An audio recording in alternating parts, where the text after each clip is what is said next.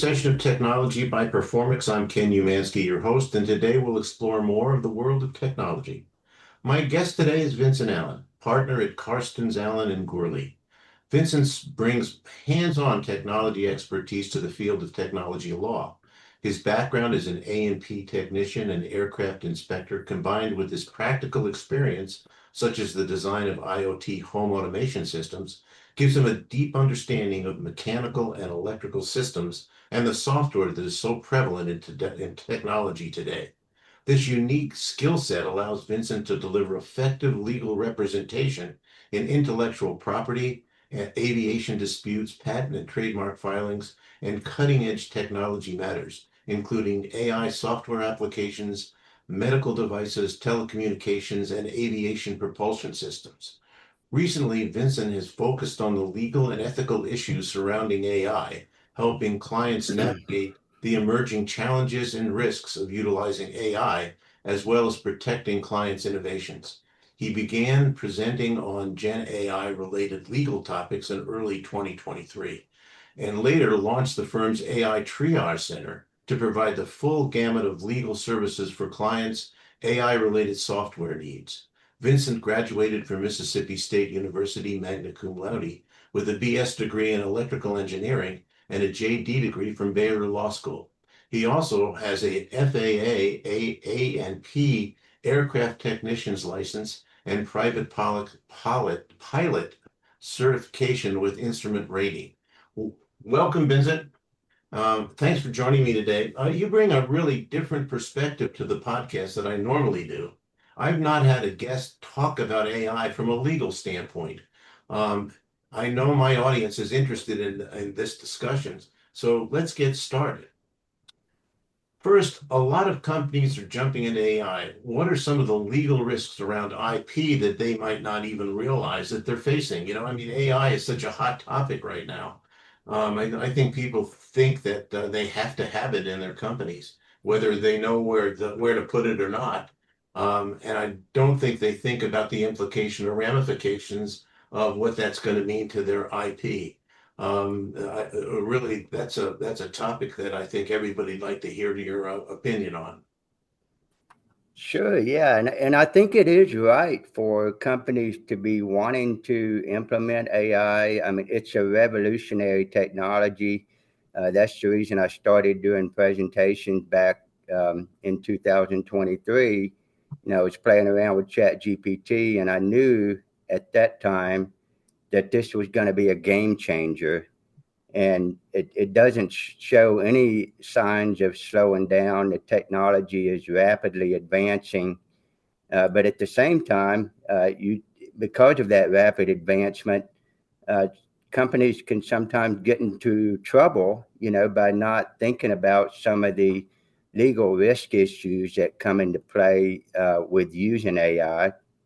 Now, when it comes to intellectual property, the one thing that is currently circulating through the courts right now is whether it is okay to train an AI model using copyrighted works without the permission of the various authors of those works. And the courts have yet to decide that issue. I think it's going to be many years out. I don't think there's any question that the copyrighted works are indeed being copied during training of those models. But what the question really is whether it's a fair use to use that data to train a model. And so multiple different groups and authors have sued companies like OpenAI for copyright infringement. But we don't know yet what the answer to that question is going to be. And, until we hear from the Supreme Court or Congress acts to implement some exception to the rule against copying copyrighted works that allows it to be used in the context of training AI, it's going to be a question mark. And so what does that mean for companies that are using AI? What it means is that you have a potential copyright infringement issue when you're using it, because you could very well be reproducing some of the materials that were used to train the models. I think for the most part, there's probably not a huge risk in infringement of using the output of Gen AI, because usually there's not verbatim copying of the works, or if there is, it's only a very small portion, and it combines it with, a number of other things. And so I think that risk is pretty small, that the authors have, preferred to go after, at least so far, the companies that are actually developing the AI models and trying to get them to license those materials in order to use them, with permission as opposed to without permission. So that's one big issue. The next issue is, well, what about the work that I generated with OpenAI or any other large language model? Is that going to be protected by copyright? Well, the copyright offices say, I mean, it's currently saying no. If it's generated solely by a Gen AI model, then that is not sufficient input by a human to give rise to copyright protection. Uh, However, if you make some changes to it and put your own spin on it, or make enough creative modifications to the work, then you can get copyright protection that way. But what happens if a company uses someone's likeness in an AI application? Well, yes, I mean that's problematic too, because there's still the law against using somebody's likeness, right of publicity. So especially if you're using the likeness of a celebrity, or even the voice of a celebrity, to try to reproduce their voice or style, I think you run into the risk of a claim from that celebrity that you are infringing upon his right of publicity. And so you can't really do that under the current law. Have any of these cases reached the Supreme Court yet? No, they haven't. In fact, they haven't even gone to trial yet. They're still, in the discovery phase. Many of them have gotten past, the motion to dismiss stage of the proceedings, but that just simply says, well, we're not going to dismiss the fair use defense because there's factual allegation that a jury is going to have to decide, or we're going to allow the parties to do more discovery before we can make a determination on that. And you could see some summary judgment motions being filed before a jury trial, but we're still relatively early in the process of those cases. Okay. Well, next question. There's a lot of buzz around using AI models trained on massive data sets. What are the legal pitfalls when it comes to where that data comes from? Well, as I mentioned before, there's the issue of whether you have permission from the copyright owners, so that the training issue can be a problem. We don't yet know what that how that's going to turn out. But there's also other issues, like privacy concerns. Using an individual's private information might be prohibited under the privacy laws for training models. Um, Even if you have permission to use the data in a particular data set, you have to make sure that the agreement provides you with permission to use it the way you're going to use it. So if you're going to use it to train a model, you have to make sure that that agreement allows you to do that.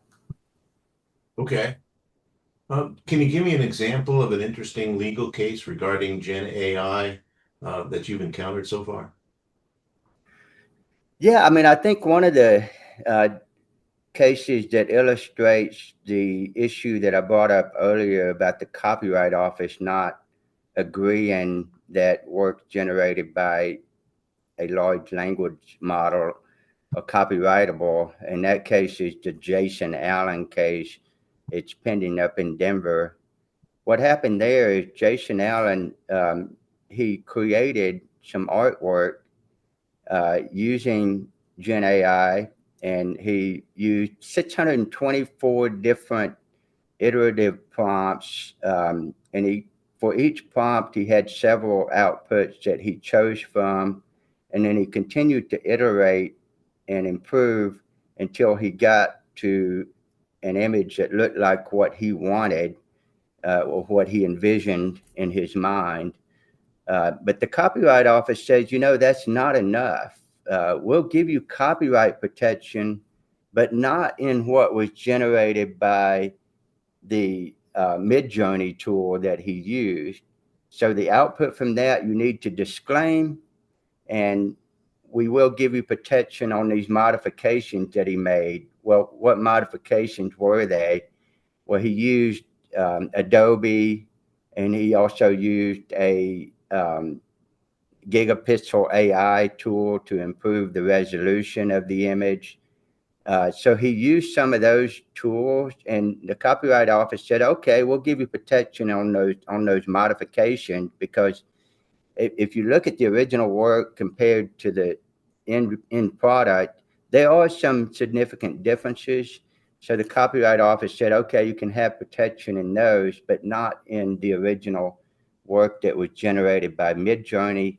And he said, "Well, I want protection on everything, not just my changes, because then somebody could take my original work and do their own modification to it and infringe my copyright." And so he filed suit in Denver District Court to appeal that decision by the Copyright Office. There's another suit called Patagonia, and Patagonia, they had a class action lawsuit filed against them. And basically they were using AI in their talk desk to help transcribe, process, and analyze customer conversations in order to determine the customer intent and the sentiment of that customer, and give feedback to the customer service rep while they were on the phone to them. The problem, though, was that the only notice that they gave was this call may be recorded for quality assurance purposes. And so the class action suit alleges that wasn't sufficient notice, and therefore you invaded our privacy under the California Invasion of Privacy Act. And so there's a class action pending on that. So that's just an example of some of the risks that a company might face. When they're using AI, you want to make sure you have someone who's helping you to provide the proper notices to consumers on how you're using their information, so that you can avoid that issue altogether. So how can companies protect themselves when they're doing some AI work? With the current laws the way they are, how do they protect themselves? And what advice would you give my audience in terms of moving forward? It sounds like it's a slippery slope. It definitely is a slippery slope, but again, AI is a great tool. It makes it easier. It makes it easier for companies to generate materials that they may need for marketing, for other purposes. And so you have to make a judgment decision on whether you need copyright protection on that work that's being generated. But my recommendation is, even if you are using a large language model or other AI model to generate these works, that you put your own creativity into it. You need to probably modify it anyway to make it fit with what you're doing, and to fit your brand voice, for example, if you're using it for marketing. So if you make tweaks to it, you can still claim copyright protection in the works that are generated. But I think you have to be careful if it's something really important and, you know, you don't want people copying it. Maybe you want to write that or create that from scratch as opposed to using OpenAI. Yeah. Yeah, but it's so tempting to use OpenAI because it's so simple to use. And the, That's right. Yeah. so, Well, I mean, another way to use it is just sort of a, you know, in the initial process of developing, you know, what you're going to do, you can always get ideas from these tools right, that you can then use to create your own work. Um, so you can still use it in a manner that will help you be more efficient while still being able to maintain your copyright protection. And by the way, I don't agree that the Copyright Office is correct in the way that they are dealing with this copyright issue, because how is, you know, how is using a large language model any different than picking up a camera and shooting a picture? You know, you didn't actually mechanically, physically create that picture.